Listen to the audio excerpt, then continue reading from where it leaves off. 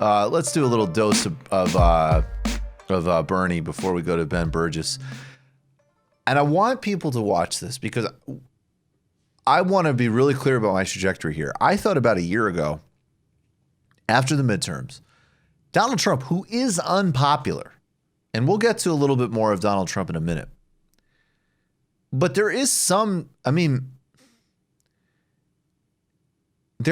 truth to the fact that Donald Trump is in fact uniquely unpopular, making him more vulnerable than the conventional models would suggest, right? The conventional models would say, if you're a president with economic numbers that look like this heading into re-election, you're in pretty good shape. To which I would add, except for the untested proposition that you have a candidate that will call bullshit on the numbers and talk about the real story, which in fact we have a slight test of because that's actually what Trump did in 2016 when Clinton talked about how great everything supposedly was. But beyond that, we got to realize that a Gallup poll came out yesterday showing him with, I believe, the highest approval ratings to date, including first and foremost on the economy. And that's happening right in the middle of impeachment. They are going to follow an extremely shrewd reelection strategy, which we'll get to in a minute, get to later in the post game. And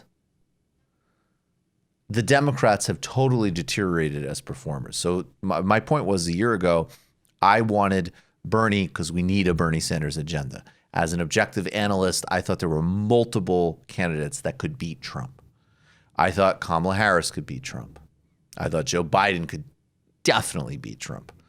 I thought there was a few others in the mix. To be transparent, I really have never seen Elizabeth Warren able to beat Trump. That one I always had very big question marks on. But I thought Harris could beat Trump. I thought Bernie could beat Trump. I thought Biden could beat Trump.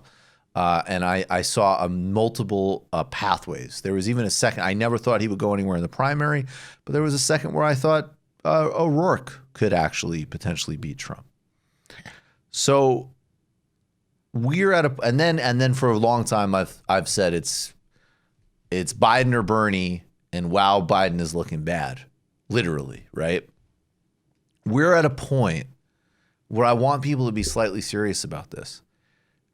You really think Pete Buttigieg, a 37-year-old with no record and a off-putting style to anybody outside of the professional managerial class, is going to beat Donald Trump? I mean, I don't know what kind of fantasy universe you're in. Elizabeth Warren has vulnerabilities that, fair and unfair. We're not allowed to talk about the Native American thing in a Democratic primary. People have decided that's uncouth, okay? Donald Trump will dine on that for months. And most normal people think it's super off-putting, fairly or unfairly, okay? Amy Klobuchar, again, I have to go to the Buttigieg example. Do you really think that this is a person who's going to contend with Donald Trump? And I got to tell you, I say that at a point where even though she is a disaster with her own obscene and racist prosecutorial record, which we will spend more time on, I would put Klobuchar above the others right now. In other words, if you said, hey, and then Bloomberg has money, okay? And money matters because we're in oligarchies. Steyer has money. We're in a plutocracy, right? It matters. You really think Mike Bloomberg is going to flip back the Midwest? You really think going to Wisconsin, be like, I got something for you, disgusting slobs. No soda, no e-cigarettes. And until recently, I will pretend. Fine, you should have another $3 an hour, you lazy, uneducated slobs. By the way, I make more money than Donald Trump. Doesn't that sound great? I also have super close relationships with Wall Street and China. I'm ready to take back the Rust Belt, baby. Yeah, also no guns. Yeah, no guns while we're at it. Here's what I have to say for you. No safety net and no guns. It's a fair trade. Yeah. No sodas and no guns. No sodas, no guns. Good luck in the Midwest. That's exactly how you speak to the heartland. We'll get to David Frum later, but I think that there are problems in every single sector of American politics. I think there's definitely people on the left that do not understand that certain cultural signifiers are not broadly popular, that don't anticipate that for certain demographics, the word socialist will be a problem. But I also have to say that we have a mainstream corporate media that is dominated by people who literally think that the country is Westchester. And what's amazing is, I mean, maybe it almost justifies them to some extent because maybe, well, no, they're still absolutely disgusting because they just don't care about places like West Virginia and they don't care about inner cities. But like, they clearly think that a huge amount of this country is incredibly comfortable, prosperous, and relaxed. And you have to be at that level of delusion to think that Mike Bloomberg can do this.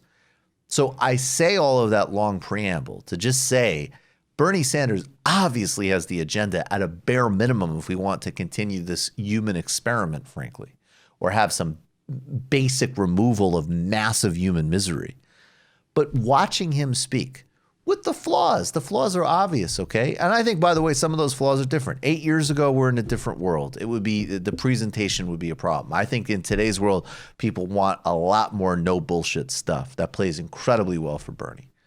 But there is a confidence, there's a clarity, there's a consistency, there's a strength, there's a no bullshitness of message. There's no one else up there that I can see standing with Donald Trump and dunking on him in his own way and also just representing something totally different. Here's Bernie Sanders last night responding to Donald Trump, talking about the truth of the economy.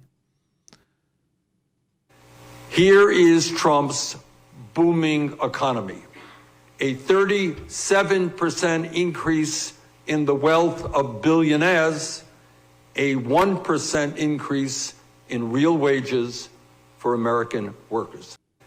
Here is Trump's. Yep, that's all we have. But even that, look, it's not enough, but that's great. The air quotes. Yeah. I mean, Amy Klobuchar has been going around the country making the "your hair in a blizzard" joke. Joe Biden is not physically and mentally up for doing this. And I say, I think that's sad, honestly. Like, I'm not making a joke. I think it's fucking uncomfortable to watch this. Elizabeth Warren, just as we don't live in Westchester or Greenwich in the whole country, we also don't live in Cambridge in the whole country. That is the only person that can go and Pete Buttigieg, come on, be real. That is the only person that could stand there and just say, "You're full of shit, and I'm going to level with you." I mean, it's the writing's on the wall. And by the way, if we were strategically self-interested and cynical because of the war that's going to happen against Bernie and how hard it's going to be, it's totally achievable and we will win, but it's going to be brutal. And because of the dynamics are that the whole oligarchy of America, the whole establishment will go to war against the campaign, and because the media will definitely turn and work for Trump, and because some of the economics look good, and if their votes are suppressed, like, my point is that even with Bernie, this is going to be hard. If we were narcissistic, I would just sit back and go, well, I'd certainly prefer Trump get reelected by beating Buttigieg. But we actually care about human well-being, and we actually want this to work, and we're actually desperately concerned about closing down concentration camps, getting people healthcare, doing something about climate. That is only one path that's legitimately available for both what must happen and the bare minimum of defeating these people.